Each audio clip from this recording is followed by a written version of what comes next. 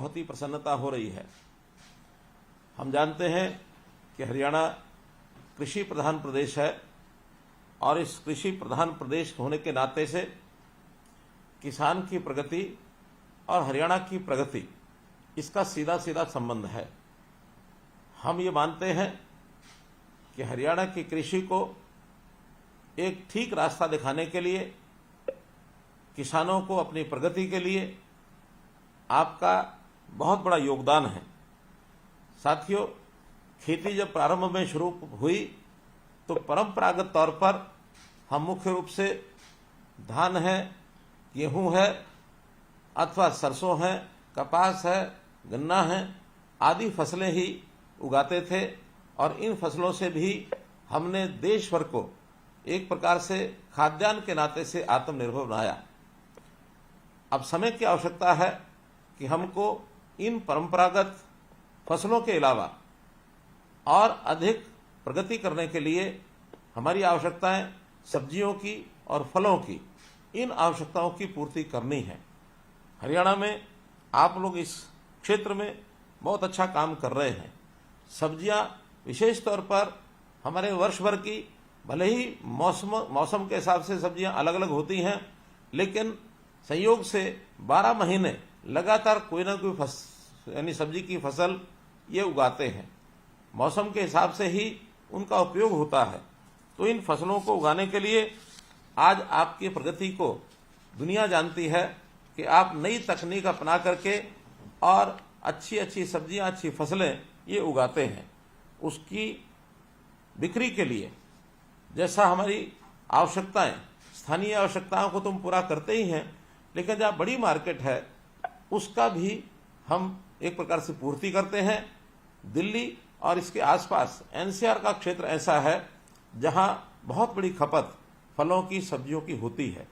हम अपनी सब्जी और फल बेचने के लिए अभी तक तो आजादपुर मंडी इसके ऊपर निर्भर थे, लेकिन सौभाग्य है कि हमने हरियाणा में भी इस प्रकार की मंडियों का विस्तार करना शुरू किया है।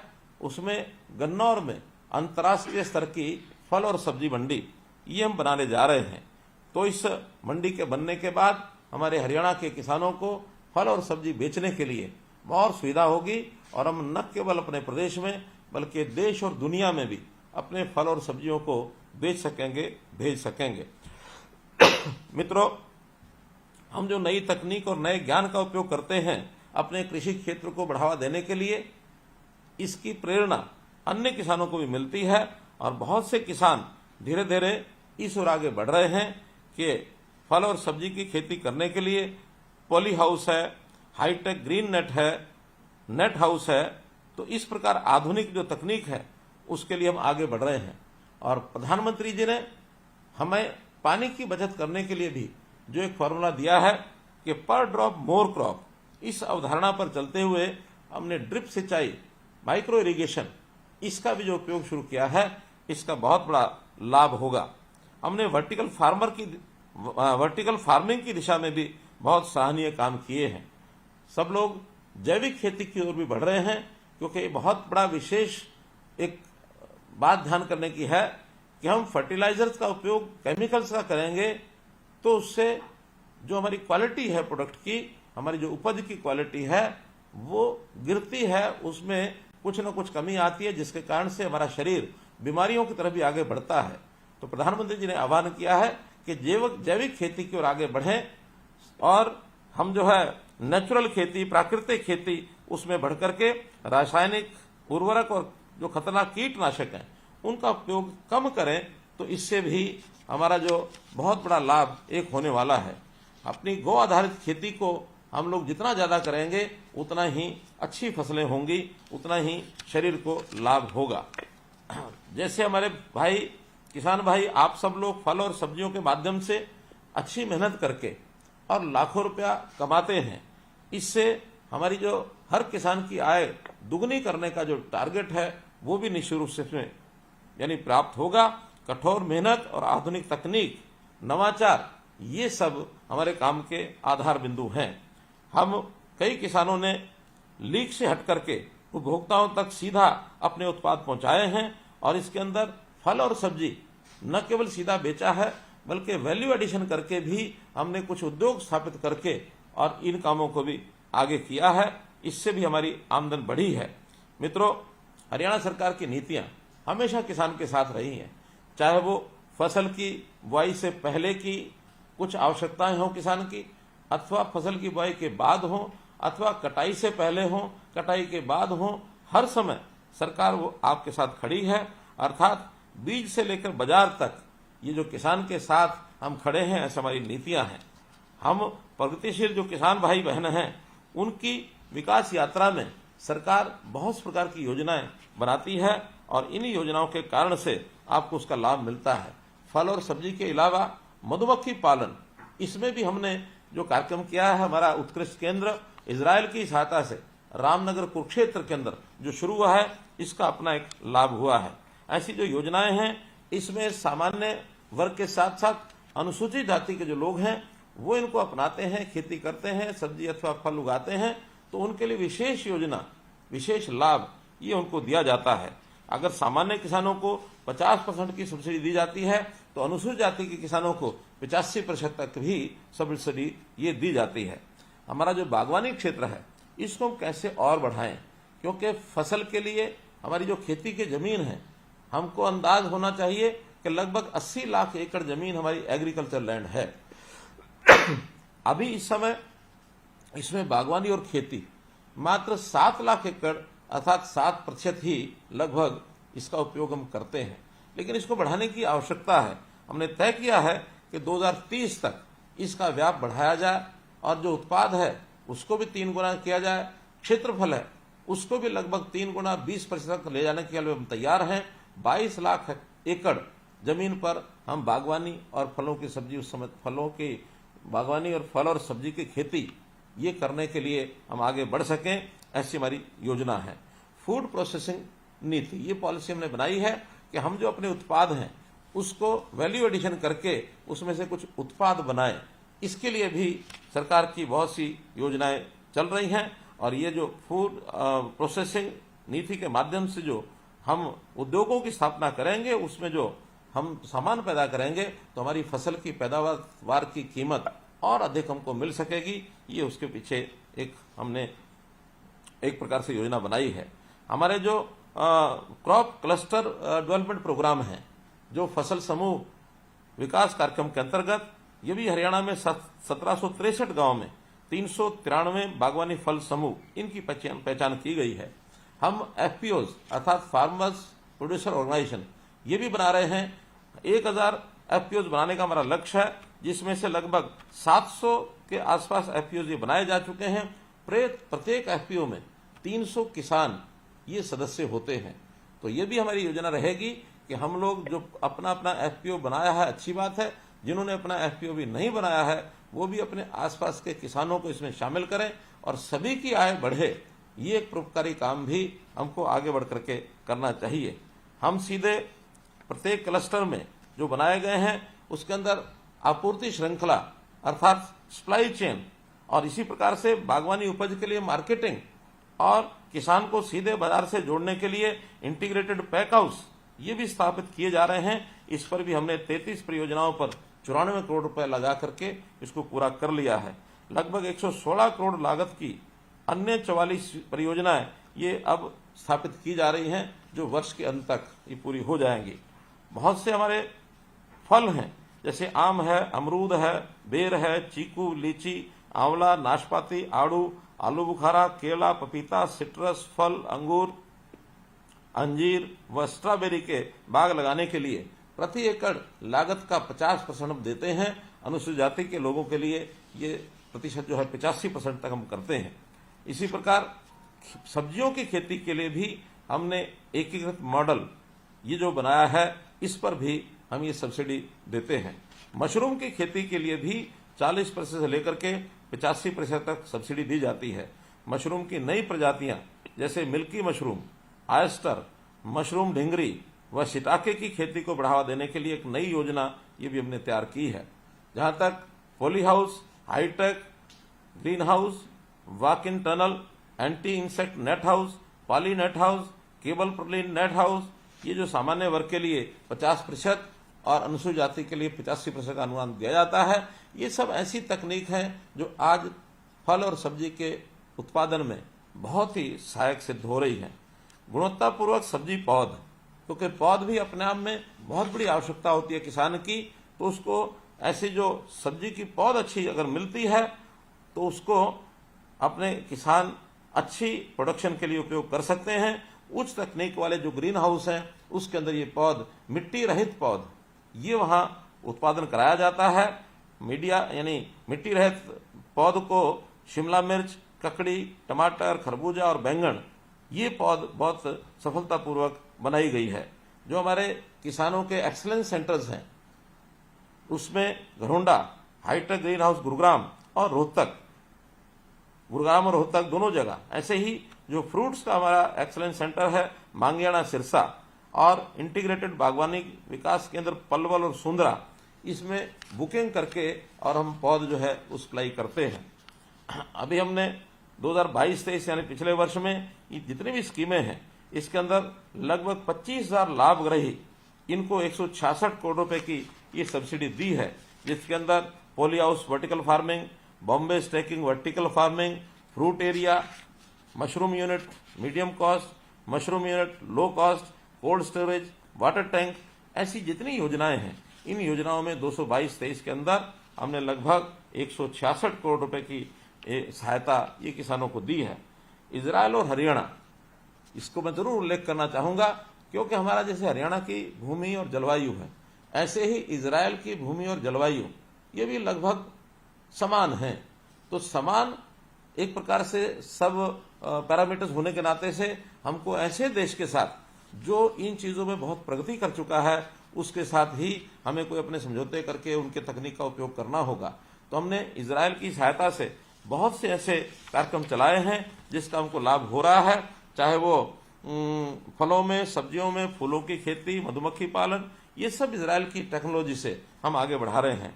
हमारे 14 ऐसे उत्कृष्ट केंद्र अर्थात एक्सीलेंस सेंटर्स, ये सब एक प्रकार की नई टेक्नोलॉजी बढ़ावा देने के लिए प्रदेश में स्थापित किए गए हैं। अगले इस वर्ष में, करंट ईयर में 2023-24 में राज्य में 3 और नए एक्सीलेंस सेंटर्स ये भी स्थापित होने जा रहे हैं। इसमें पंचकुला में पोस्ट हार्वेस्टिंग मैनेजमेंट, प्याज के लिए पिनंगवा नूह और फूलों के लिए मुनीपुर झज्जर, यहाँ 3 स्थानों पर भी एक्सीलेंस सेंटर ये बनाए जा रहे हैं। अंजनथली में हमने विशेष इस बार विश्वविद्यालय की स्थापना करने का निर्णय लिया है, अर्थात करनाल जिला अंजनथली, जिसमें बागवानी विश्वविद्यालय होगा। तो उस बागवानी विश्वविद्यालय के बनने के बाद हमको सब्जियां और फल इसके लिए आगे बढ़ने के लिए बहुत अच्छा एक अवसर ये मिलने वाला है।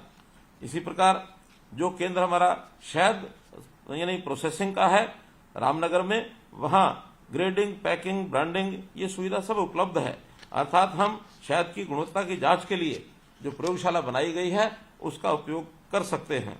और इसके लिए मधुमक्खी पालक अपना शहद और शहद के उत्पादों को अपनी इच्छा अनुसार देश विदेश में भेजने के लिए भी उनको एक अवसर मिलेगा। हम साथ साथ इस केंद्र पर शहद की मूल्य वृद्धि के लिए शहद से बने हुए उत्पाद जैसे शहद मिल्क, शहद आइसक्रीम, शहद बिस्कुट व शहद की टॉफियां, इसको बनाने के लिए भी प्रशिक्षण देने का एक केंद्र हमने बनाया है, ताकि वो प्रशिक्षण लेकर के और हमारे नौजवान स्टार्टअप्स के माध्यम से हम मार्केटिंग के लिए ऐसी सब चीजों को उपलब्ध करा सकें और वो अपना रोजगार प्राप्त कर सकें। मित्रों, मैं अनुरोध करता हूं कि मधुमक्खी पालन समूह इसका हम गठन करें और ये समूह विशेष तौर पर शहद और उनके उत्पादों को विदेश में ये निर्यात कर पाएंगे। हम अपने उत्पादन का, कृषि उत्पादों का जितना एक्सपोर्ट अधिक करेंगे उतना हमारे प्रदेश की आर्थिक अच्छी होगी, देश को भी एक प्रकार से फॉरेन एक्सचेंज इस रूप में बहुत बड़ा लाभ होगा। हमारी वर्कफोर्स, हमारे जो युवा, उनके काम की कीमत ये और बढ़ेगी और उनको कभी कभी जैसे एक्सपोर्ट बढ़ाएंगे तो विदेश में जाने के अवसर भी उनके खुलते हैं। तो हमारे युवकों को रोजगार कैसे मिले, कैसे वो यानी रोजगार पूर्वक आगे बढ़ें, इसके लिए बहुत सी हमारी सोच और योजनाएं चल रही हैं।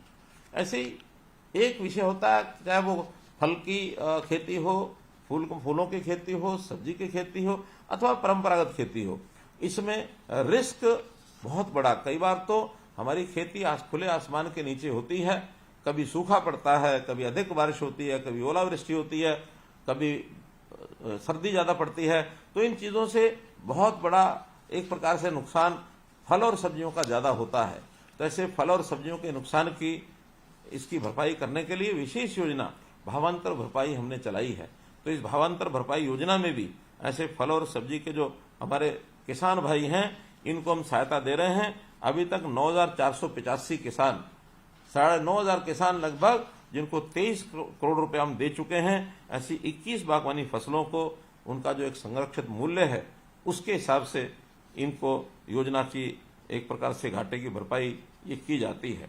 जहां तक एफपीओज का विषय है, जैसा मैंने बताया कि जिन किसानों ने एफपीओज अभी नहीं बनाए हैं वो एफपीओज बना करके उस एफपीओ की गुणवत्ता का भी ध्यान रखें, क्योंकि जिन किसानों को हमने उसमें जोड़ा है उन किसानों को भी लाभ बराबर हो रहा है कि नहीं हो रहा है, ये चिंता हमको जो आगे लगने वाले प्रगतिशील किसान हैं इनको करनी होगी।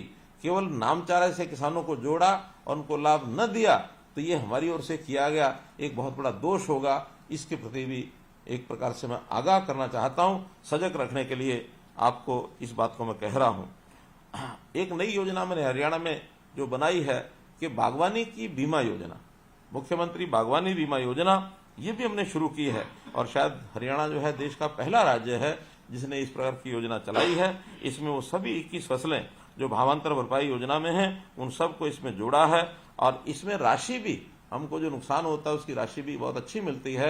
यानी सामान्य थोड़ा सा प्रीमियम देने के बाद सब्जियों के लिए 40,000 रुपये प्रति एकड़ सब्जी और फलों के लिए, और मसालों के लिए 30,000 रुपये प्रति एकड़ ये बीमा कराया जाता है। तो हम नुकसान के रिस्क को कवर करने के लिए बागवानी बीमा योजना ये जरूर इसमें शामिल हों, ताकि किसी प्रकार की कोई मौसमी अथवा अन्य प्रकार के कोई नुकसान की स्थिति बनती है तो भरपाई इसकी हो सके। मित्रों, जल संरक्षण ये भी बड़ा बहुत महत्वपूर्ण विषय है, क्योंकि चाहे परंपरागत खेती हो, फल हो अथवा सब्जी हो, सिंचाई के लिए जल की मात्रा खूब प्रयोग होती है। लेकिन हरियाणा चूंकि इस प्रकार का एक प्रदेश है जिसमें पानी के स्रोत अपने बहुत कम हैं, तो हमने जल प्रबंधन के नाते से विशेष प्रकार की जो अपनी टीमें बनाई हैं, जल को संरक्षित करना, जल का उपयोग कम से कम करना, और ट्रीटेड वाटर जो है, जिस पानी का हम संशोधन करते हैं उसका पुनरुपयोग करना, रीयूज करना, इन सब बातों को ध्यान रखेंगे तो प्रदेश के हर किसान को जितनी उसकी आवश्यकता सिंचाई के पानी के लिए है उसको हम दे पाएंगे। इन सब कामों के माध्यम से मैं ये निश्चित रूप से कह सकता हूं कि प्रदेश का कोई क्षेत्र ऐसा नहीं है जहां न्यूनतम आवश्यकता पानी की उनकी पूरी न होती हो।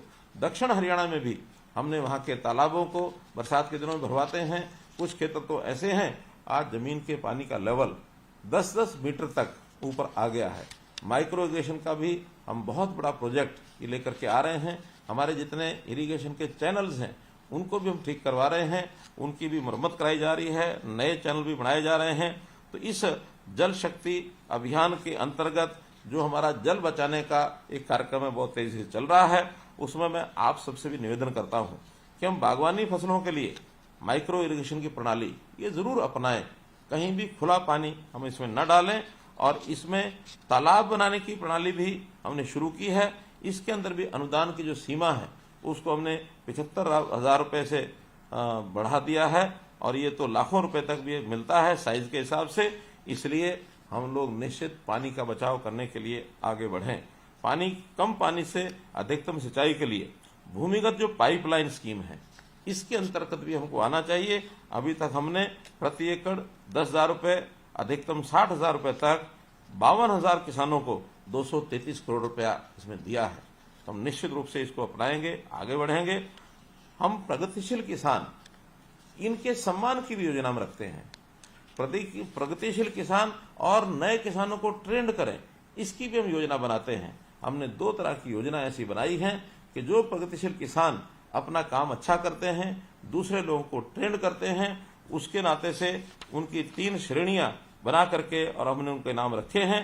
प्रथम स्थान पाने वाले प्रगतिशील किसान को 5 लाख रुपए, द्वितीय पुरस्कार 2 किसानों को जो मिलेगा वो 3-3 लाख रुपए, और तृतीय पुरस्कार 5 किसानों को 1-1 लाख रुपए नगद पुरस्कार दिए जाएंगे। अभी तक इसके लिए 287 प्रगतिशील किसानों का हमने चयन किया है।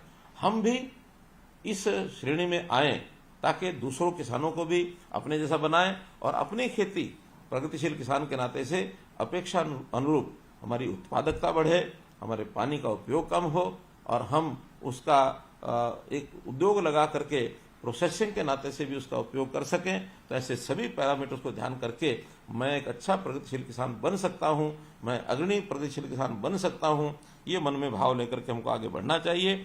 हम अपने जैसे अपने आसपास के 10 किसानों को और ट्रेन करें, 10 को करें, 5 को करें, 8 को करें, जो भी हमारी क्षमता है उस हिसाब से हम करें।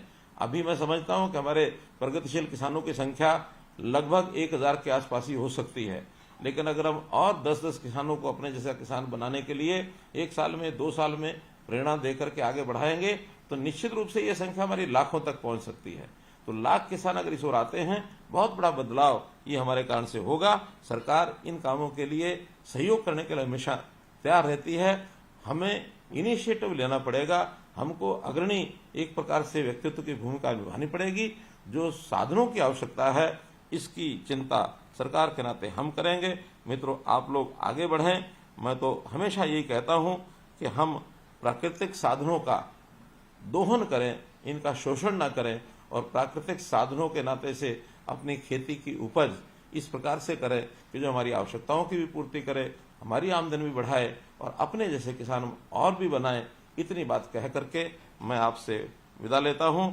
आपका बहुत बहुत धन्यवाद, बहुत बहुत आभार।